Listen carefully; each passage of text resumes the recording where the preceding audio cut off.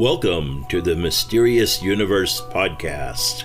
I'm Doug Fuchs. Tonight, we'll be featuring Suspense, The White Rose Murders, starring Maureen O'Hara, originally aired on the 6th of July, 1943. A wealthy debutante helps her detective boyfriend track down a killer of young women who places a white rosebud into the hands of each of his victims. It's based on a short story by Cornell Woolwich, The Death Rose, first published in Baffling Detective Mysteries magazine in March of 1943. One of my favorite lines are, "No one ever heard him except the dead, and they don't talk about it afterwards." And now, Suspense, The White Rose Murders, featuring Maureen O'Hara. Suspense.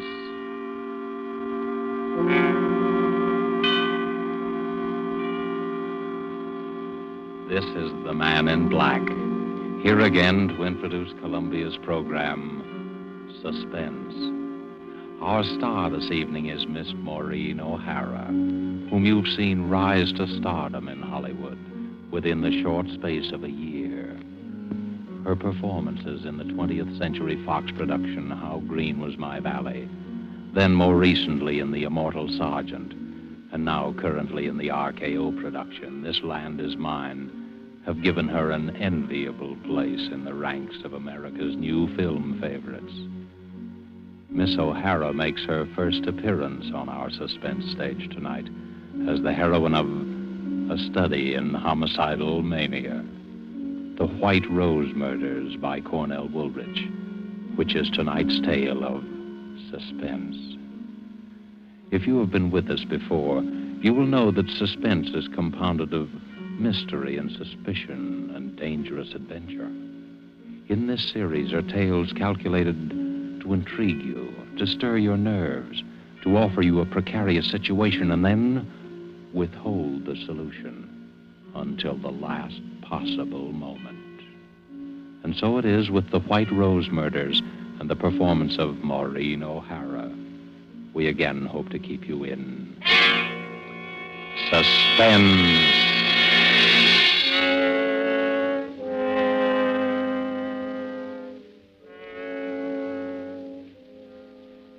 He stood there waiting. He knew that presently they would come out of the second-rate dance hall, out into the dimly lit street. He listened a while and smiled as the orchestra played that tune inside. And then they came out, the two girls, and still he waited, close enough to hear what they were saying. Well, I'll see you at the office tomorrow, Sally. Oh, I don't know how I'll get up. It's after 1 o'clock. 6 hours sleep. Oh, I'll be dead tomorrow. Me too. Oh, gosh, I gotta have at least 8 hours or I'm no good at all. I wish I had someone to walk me to the bus. It's 4 long blocks. I'll walk you down, Sally. Oh, don't bother. We go in different directions. It's no trouble. Really, I don't mind. Well, really, it's not necessary.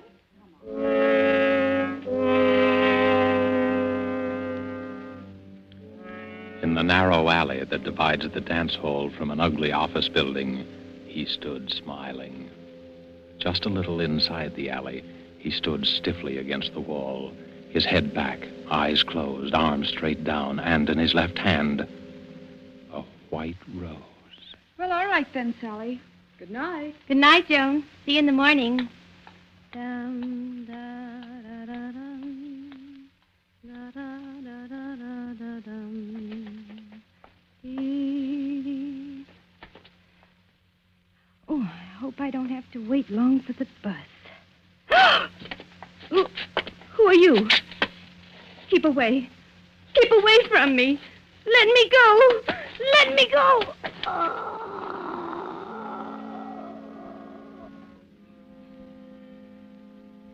The girl is dead.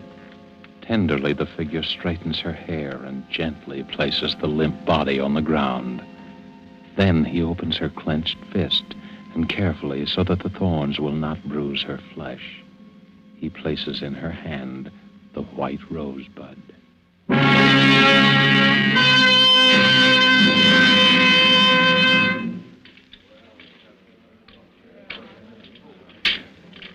Pardon me, my good man. Is it true that you are the famous detective Terence Riley? Huh?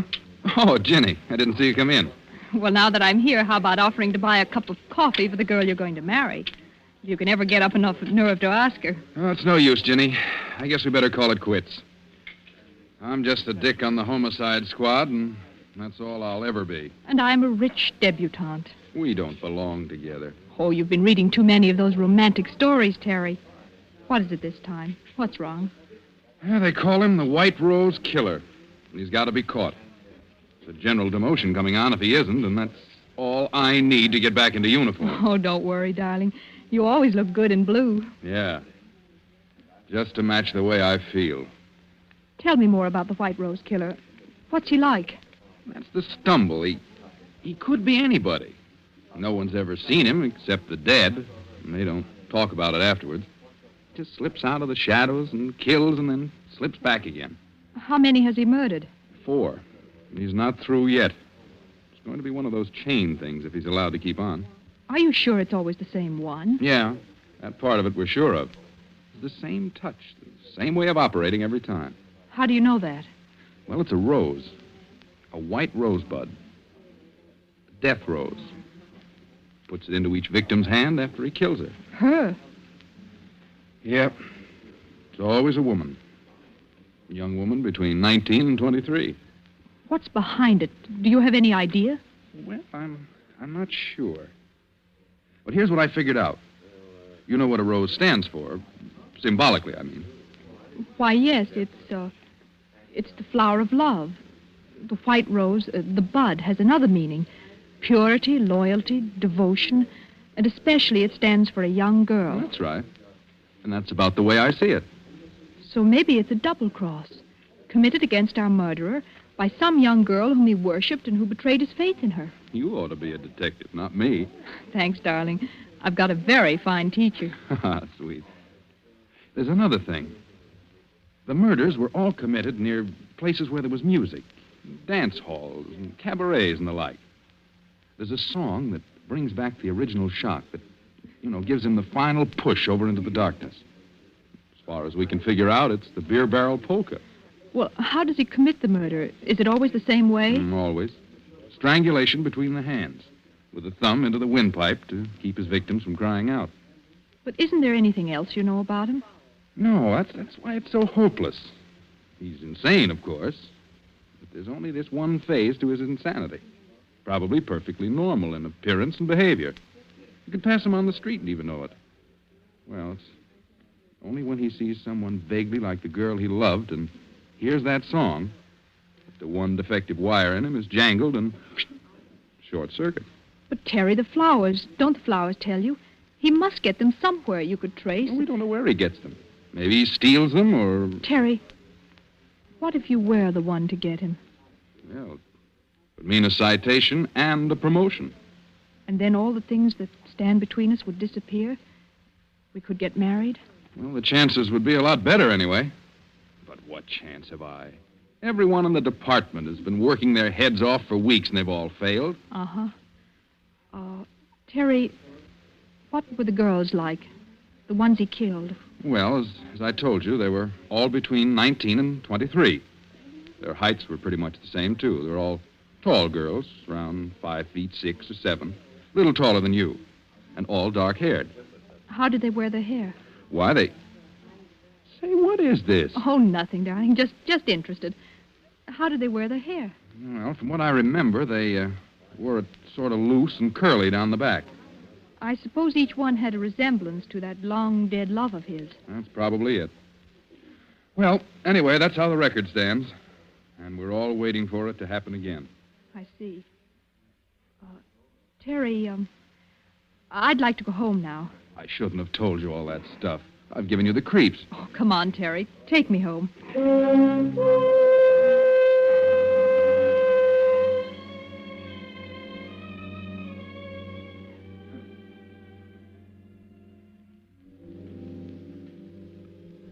Later, Jenny stands by the window in her room, looking out, thinking. She doesn't move for a long time. Then suddenly, quickly, she goes to her closet and and begins to rummage through her many pairs of shoes. Carefully, she picks one pair with 3-inch heels. 5'6" or 7. Then she walks quickly to the dresser, opens a drawer, takes out a comb, and starts redoing her hair. One loose and curly down the back. Well, here we go. Edward! Yes, miss? Is the car ready? Yes, Miss Virginia. I've been waiting for you. Let's go before Mother sees me. Your mother's been looking for you, miss. I hope you didn't tell her. No, Miss Virginia, I didn't.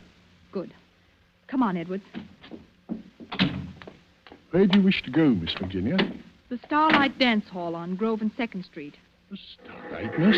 Yes, Edwards, that's the place. I wouldn't go there unescorted if I were you, miss. It's one of the worst places in the city. Has a very bad The reputation. Starlight Dance Hall, Edwards. Very good, miss. Very good.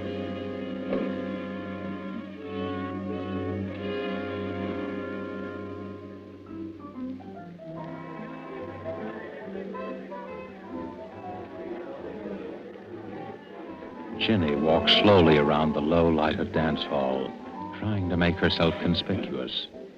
A tall figure leaning against a pillar watches her intently as he idly smokes a cigarette. He doesn't seem to belong there.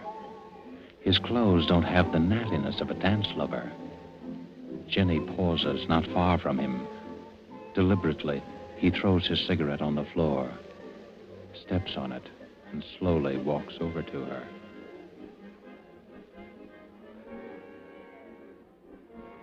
Hello. Oh, hello. You're not with anyone, are you? Oh, no, I'm alone. I thought so. I've been watching you all the time. Have you? I haven't seen you dance yet. I don't know anyone here. How about dancing with me, then? All right. Come on. Let's go out on the floor. Do you come here often? No. I never go to the same place twice. You don't? Why? I'm always looking for new faces. I'm restless. Do you find the faces you're looking for? Listen. Listen to that song. I like that. I like it very much. Yes, it is a nice song. You know, you remind me of someone I used to know. I'm trying to think who. I do? Yeah. You mind if we stop dancing and go over and get a drink? No, let's go. Oh, look. They sell flowers here. Yes, I see. I'll get you some. What kind would you like? Oh, any kind. You pick it out. All right. Let's see. There's something kind of innocent and young about you. Different from most of the girls that come here. Can't we stay here a little longer? It's intermission now. They won't play again for 10 minutes. Come on. But I like it here. Let's stay a little while longer. Well, then let's go down for some air. We can come back in a few minutes. Come on. But, We'll be back before the music starts. oh, you're hurting my arm. Am I? I'm sorry.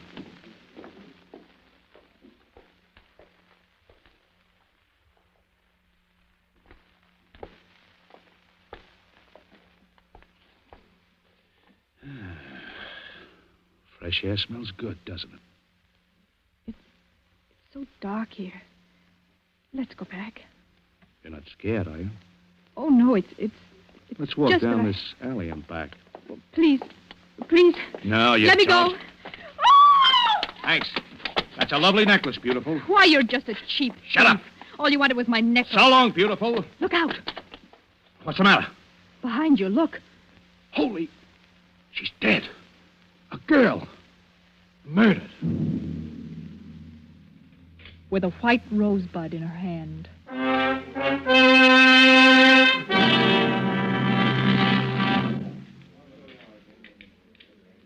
Well, Ginny, happened again last night.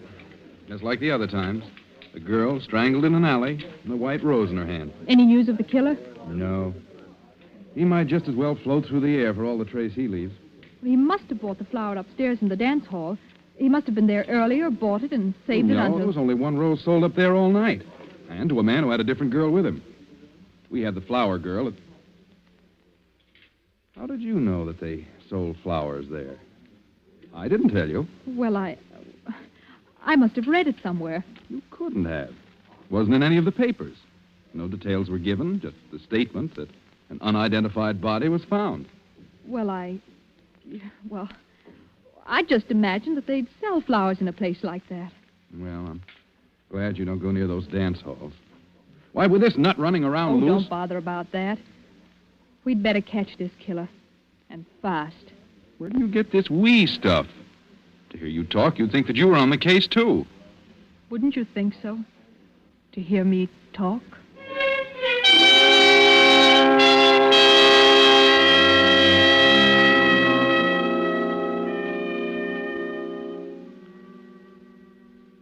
Again, Jenny tours the low dives, hunting for the White Rose Killer. Her search carries her to the waterfront. And as she walks past each dingy bar, she listens to the jukebox music.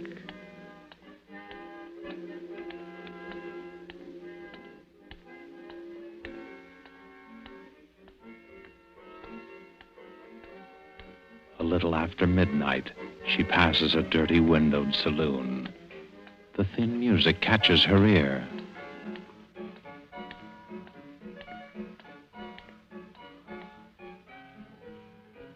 She pauses and listens, her eyes alive for some sign, some indication of the person she's looking for.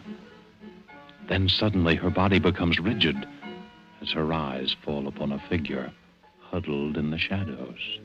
Someone's watching me. Slowly, she starts to walk up the street. Behind her, the heavy tread of a man's footsteps keep pace with hers. It's a quiet tread, unhurried but deliberate. For several blocks, it keeps the exact distance. Jenny starts to walk faster. I've got to know if he's really following me. The man quickens his pace. Jenny starts across the street. The man follows.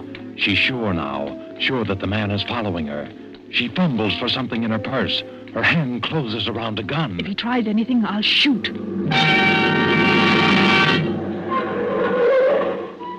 You in any trouble, lady? Oh, no, officer. It's all right. You scared him away. Scared who away?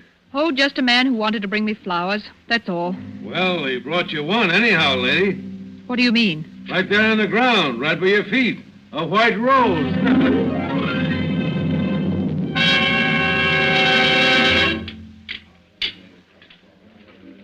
Coffee, Mabel. Sure, coming right up. Here you are. Terry. Terry. Hello, Jenny. Sit down. Thank you. Say, what's the matter with you? Look, darling, read the gossip column in this paper. What daughter of a socially prominent family is that way about a detective and waits for him outside the station house in her limousine every night? Private chauffeur and all. But Mama says no. That's not so funny. Oh, they held a big family war council over me just now. Indian powwow, feathered headdress and everything. They did, huh? Well, what'd they decide? Oh, I was asked to give my word that I wouldn't see you anymore. I refused, of course, so I'm to be exiled. Where to? Our summer home. It's just a few hours out of town, but I'll be there all by myself. Just with Mrs. Crosby, the housekeeper. Oh, maybe they're right. Why don't you listen to them? Are you on their side, too? No. When you leaving? Right away. Edwards is driving me out. I just slipped out to let you know. Here's the address and phone number of the place in case you want to reach me. Don't lose it. I won't. Well, what's new and exciting about the White Rose Killer? Our famous lover of flowers? We're still trying to track him down. I suppose I'll go looking for him at the flower show that's just opened. Oh, a flower show just opened? Yeah. Well, goodbye now. I'll be seeing you.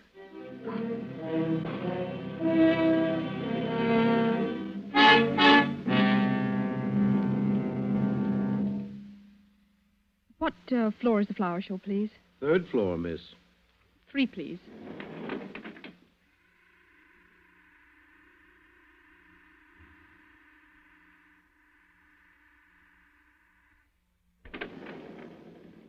Third floor. Where's the rose display, please? To your left, over there. See where the man in the gray coat is? In the gray coat? Oh, yes, thank you.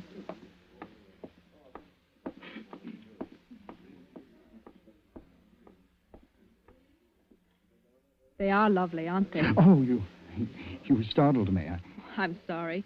I was just admiring the roses. Oh, yes, the nicest flowers here. I just can't keep my eyes off them. Yes, you can feel that way about some flowers. Well, that's the way I feel about white roses. Have you been here long? I really don't know. I suppose so. You see, I've come here every day since the show opened. I like to be near the roses, the white roses. Those big ones are nice. No, I like the little ones best, the little tightly curled rosebuds. They're so little and innocent. Oh, well, I really better be going. Are you going down? Yes.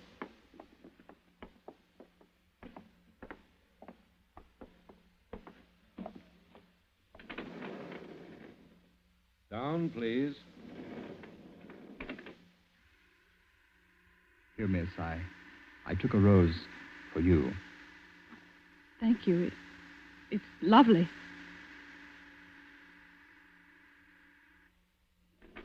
Would you care to have a drink with me? Why, yes, thank you. I know of a little place a block or two down there. They have nice music. We'll go there. All right, whatever you say.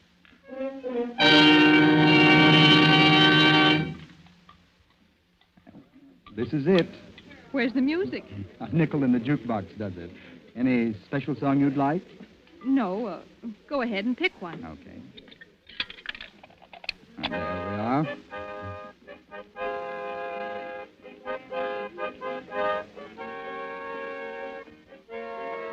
Oh, that's my favorite song. Reminds me of a girl I used to know.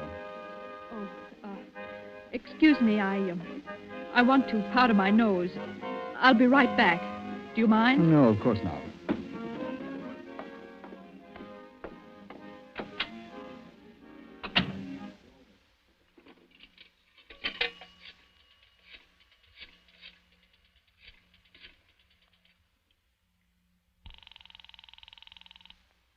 Seventh Police Precinct. Sergeant Thomas speaking.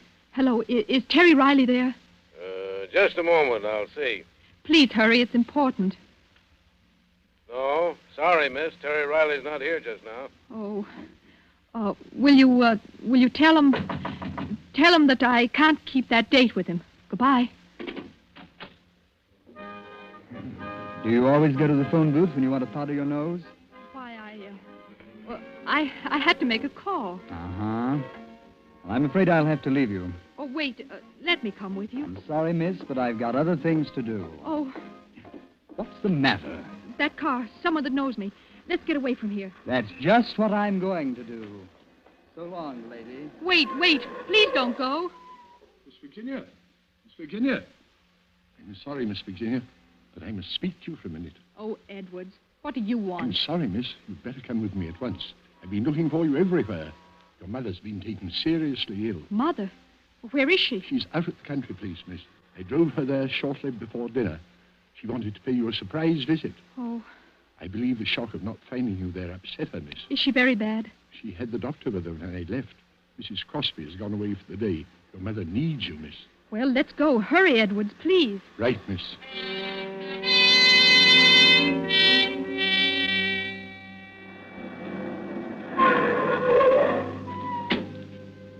Where is Mother Edwards? In her room, miss. You'd better hurry.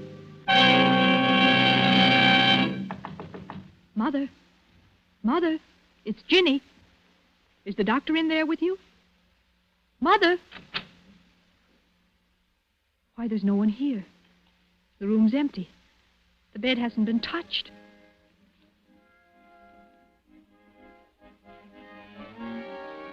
Edwards, what are you doing? Merely playing a song, miss. A favorite of mine. A favorite? Yes, Miss Virginia. Where's Mother? She's in the city, miss. You lied to me. I'm afraid I did, Miss Virginia. Why are you locking the door? You know why, Miss Virginia. It can't be. You're not the... The White Rose killer? But you see, I am, Miss Virginia. Driving you and your family around day after day, sitting there right in front of you all the time. It was amusing to watch you hunting for me. Hunting for someone you saw several times a day. But it can't be. You're not insane. Of course not. Who said I was? Edwards, you know I'm not the girl who betrayed you. Yes, I know that. Well, then unlock the door and let me out. Please, Edwards. I've killed 5 times. I've never regretted it. I'm going to kill you, Miss Virginia. Why, Edwards? Why? Because you've been so clever. Too clever. You made yourself look like her, the girl who deceived me. I could have killed you the day you first went out looking for me, but I had to be careful. Oh. I almost caught you that night at the waterfront, the night I dropped the White Rose when that police car came. Edwards,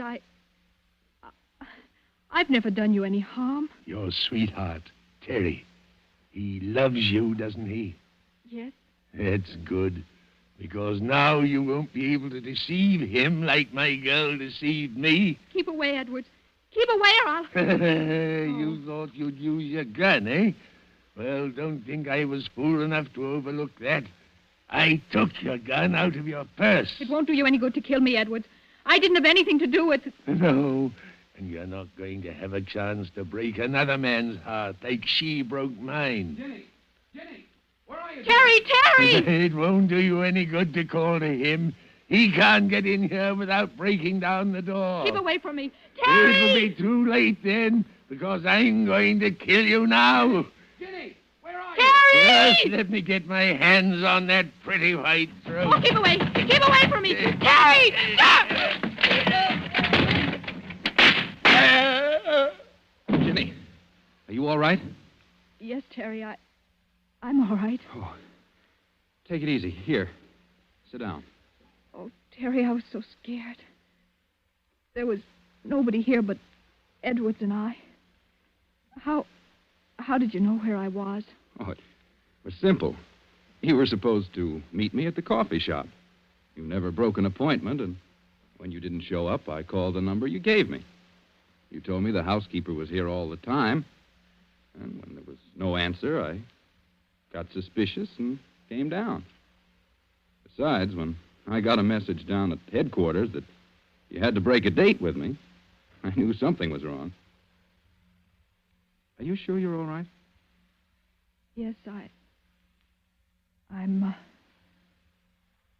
Terry, look. On the floor beside Edwards. A white rose. Must have fallen out of his pocket. That was meant for me. Oh, Terry, it's all crushed. Yeah. Crushed and dead. Just like the White Rose killer.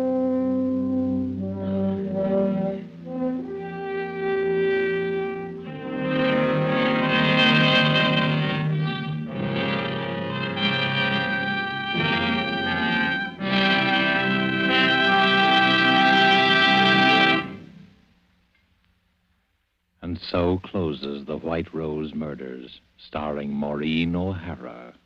Tonight's tale of Suspense. This is your narrator, the man in black, who, speaking for Columbia, hopes you have enjoyed Miss O'Hara's performance and our play.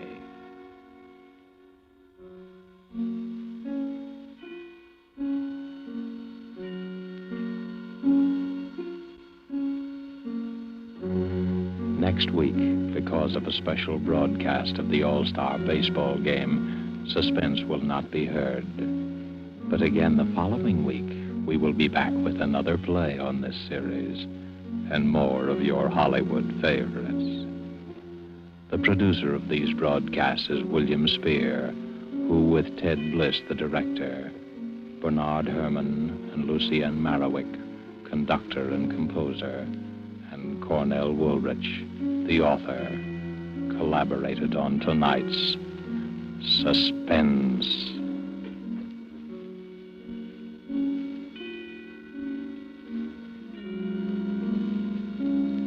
This is CBS, the Columbia Broadcasting System.